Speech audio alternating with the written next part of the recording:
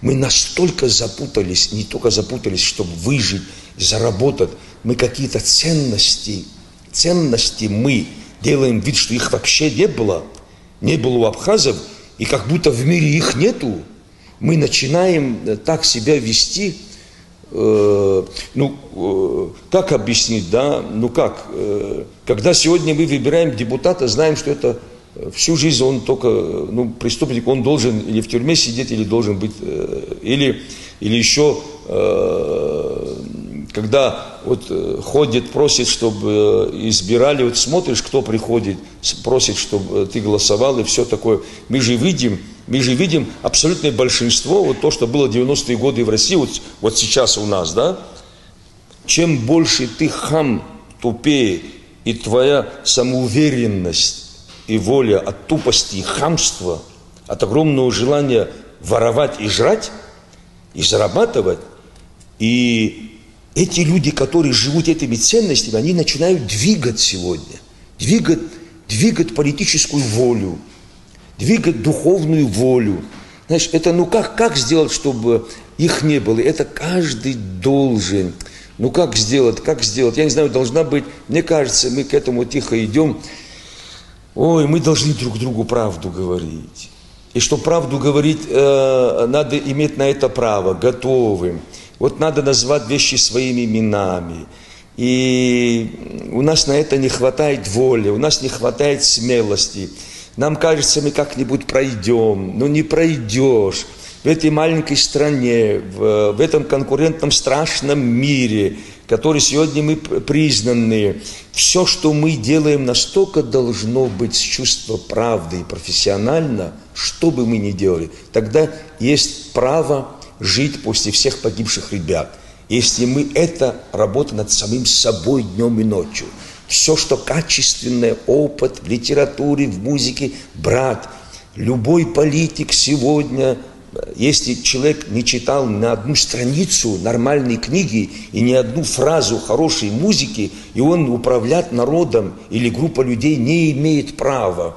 Мы должны элиту сделать из духовно образованных со вкусом людей. Если это, чтобы делать, должна быть верхняя политическая воля, но которые берут на себя политическую волю, чтобы они сами должны быть готовы к этому. А потом как подать? Но в Абхазии, чтобы ты навязал даже самое хорошее, самое ценное, чтобы она культивировалась, а потом, чтобы она нарастала массово, чтобы заражала, это огромная работа огромная работа за это, которой никто тебе ничего не заплатит. Но у тебя должно быть, если ты взял на себя ответственность, стать депутатом, министром, президентом, главой администрации, это ответственность.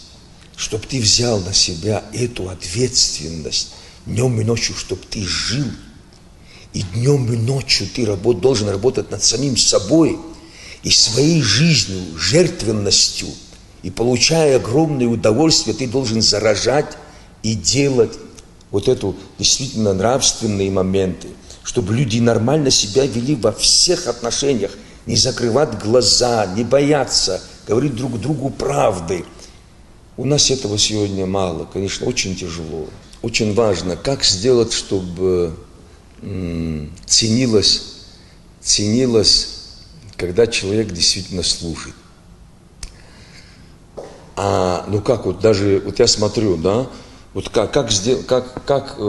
сегодня действительно я боюсь, что мы очень многое упустили в этой части, когда мы начали эту борьбу за власть, какими методами мы это делали, через кого это мы делали, эта ложь, это хамство, и неправда, она закрутила, она сегодня диктует, даже если кто-то что-то хочет нормальное, она его выбрасывает как ненужного выбрасывает.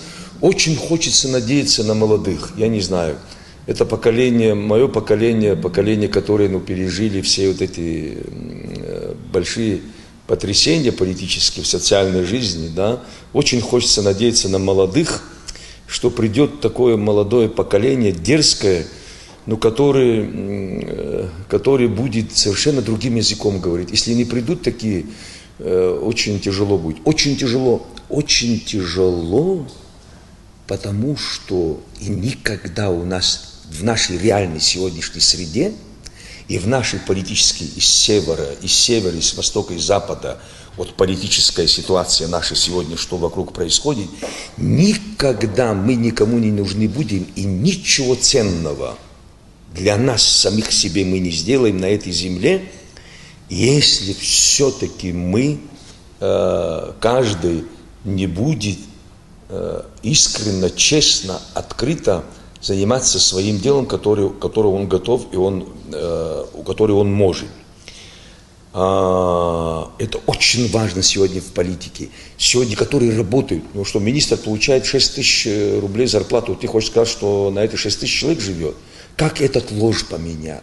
Вот откуда? Как этот ложь поменять? Вот, министр получает 6 тысяч, но ездит на шикарном джипе, шикарно одевается, красиво очень, все время чувствуется хорошей пищей, кормится. Значит, человек ворует, да? А вот то, что он ворует, привести сюда в бюджет, да, дать ему хорошую зарплату и работал. Один факт, который очень важно, что бы ни стоило делать. Но не получается, мы настолько привыкли, левым деньгам большим, незаконным, да, и врать. Вот система, она фактически поглотила, да, вот она поглотила, и она стала опорой, она стала идеологией, она стала кодом сегодня в Абхазии.